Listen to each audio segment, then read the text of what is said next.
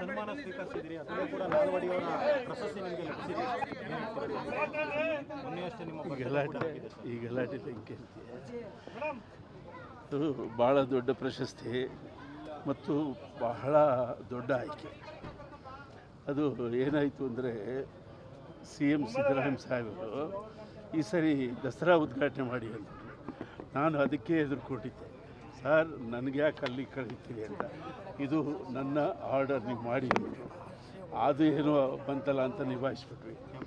But ಆವಾಗ ಏನಾಯಿತು, ದಸರಾ ಉದ್ಘಾಟನೆ ಮಾಡೋಕ್ಕೆ ನಮಗೇನು ಅರ್ಹತೆ ಅಂತ ಯಾರಾದರೂ ಕೇಳ್ತಾರೆ ಅಂತ ಅಂದ್ಕೊಳ್ಳಿಲ್ಲ.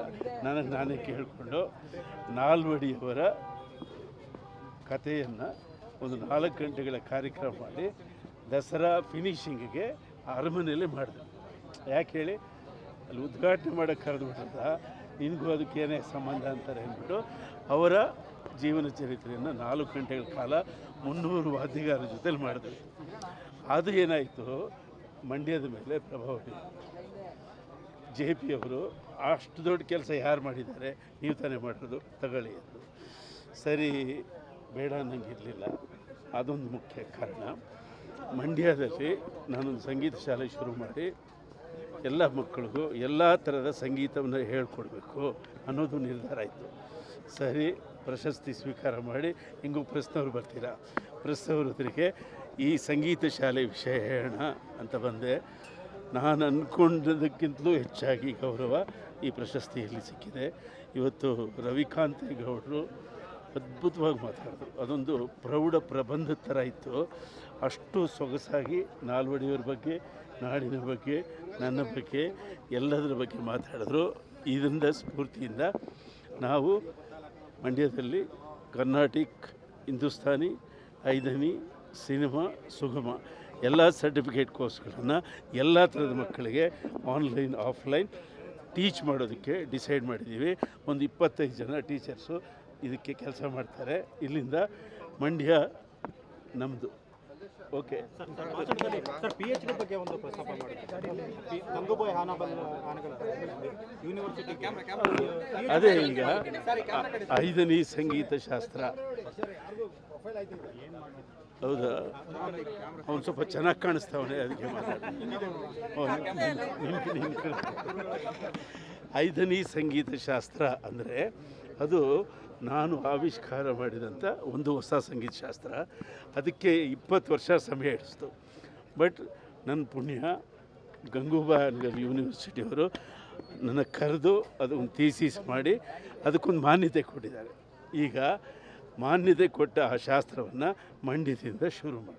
ಚಂದನವನ ಇತ್ತೀಚೆಗೆ ತುಂಬ ಬ್ಲ್ಯಾಕ್ ಮಾರ್ಕ್ ಕೂಡ ಬೇಕಾ ನಿನಗೆ ಬೇಕಾ ಹಿರಿಯ ಕಲಾವಿದರು, ಯಾಕಮ್ಮ, ಒಳ್ಳೆ ಮ್ಯೂಸಿಕ್ಕು, ಒಳ್ಳೆ ನಾಲ್ವಡಿ ಕೃಷ್ಣರಾಯರ ಒಡವೆ ಪ್ರಶಸ್ತಿ, ಅದ್ರ ಬಗ್ಗೆ ಮಾತಾಡೋದು ಸಜೆಸ್ಟ್ ಕೊಡೋದಾದರೆ ಯಾಕಪ್ಪ, ಯಾಕೆ ಪದೇ ಪದೇ ಈ ರೀತಿಯ ಪುನರಾವರ್ತನೆ ಆಗ್ತಿದೆಯಲ್ಲ ಸರ್ ದರ್ಶನವನ ವಿಚಾರ? ಅಲ್ಲ ಸರ್, ಯಾಕೆಂದರೆ ನೀವು ಕೂಡ ಚಂದನವನನ್ನು ಎಷ್ಟು ಕಷ್ಟಪಟ್ಟು ಕಟ್ಟಿದ್ದೀರಿ ಅಂತ ವಿವರಣೆ ಕೊಟ್ಟರಿ. ಆ ಚಂದನವನಕ್ಕೆ ಈ ರೀತಿ ಬ್ಲ್ಯಾಕ್ ಮಾರ್ಕ್ ಬರ್ತಿದೆಯಲ್ಲ?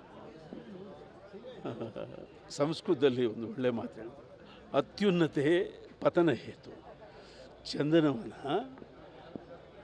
ಎಷ್ಟು ಕೀರ್ತಿಯನ್ನು ಗಳಿಸ್ತು, ಎಷ್ಟು ಪ್ರಶಸ್ತಿಗಳು, ಎಷ್ಟು ರಾಷ್ಟ್ರ ಪ್ರಶಸ್ತಿಗಳು, ಎಷ್ಟು ಗೌರವ, ಎಂತೆಂಥ ಪ್ರತಿಭಾವಂತರಲ್ಲಿ ಹುಟ್ಟು ಬೆಳೆದ. ಅಂದರೆ ಆ ಎತ್ತರಕ್ಕೆ ಏರ್ಬಿಡ್ದು.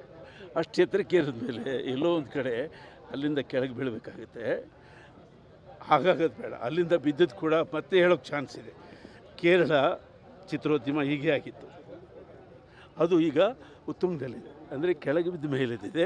ಚಂದನವನ, ಅದು ಚಂದನವನ ಕಡೆ. ಒಂದು ಮಳೆಗೆ ಮರ ಒಣಗೋದ್ರೇನಂತೆ, ಇನ್ನೊಂದು ಮಳೆಗೆ ಕಾಡು ಬೆಳೆಯುತ್ತೆ. ನಾವು ಒಂದು ಸಣ್ಣದಾಗಿ ಯೋಚನೆ ಮಾಡಬೇಕು. ನಾವು ಕಲಾವಿದರು, ಅದರಲ್ಲೂ ಸಿನಿಮಾ ಕಲಾವಿದರು. ನಾವು ಸಿಟ್ಟು ಇದೆಯಲ್ಲ, ಸಿಟ್ಟು ಅದನ್ನು ಸ್ಕ್ರಿಪ್ಟ್ ಮಾಡೋರು ಅಲ್ವಾ? ದ್ವೇಷ ಇದೆಯಲ್ಲ, ಅದನ್ನು ಕ್ಯಾರೆಕ್ಟರ್ ಮಾಡೋರು ನಾವು. ಸಿಟ್ಟು ಅಂದರೆ ಅದೊಂದು ಸ್ಕ್ರಿಪ್ಟಯ್ಯ, ದ್ವೇಷ ಅಂದರೆ ಅದೊಂದು ಕ್ಯಾರೆಕ್ಟರಯ್ಯ. ಆ ಥರ ಸಿನಿಮಾದಲ್ಲಿ ತೋರಿಸ್ಬೇಕಷ್ಟೇ ನಾವು.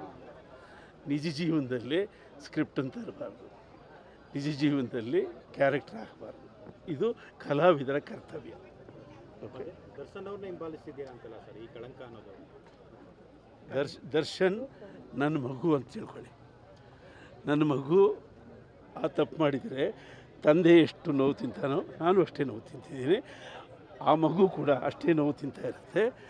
ನಾವು ಆತ ಕೊಟ್ಟಿರುವ ಕೊಡುಗೆ ಇದೆಯಲ್ಲ, ಆ ಕೊಡುಗೆ ಕಡೆ ನೋಡೋಣ. Okay, thank you.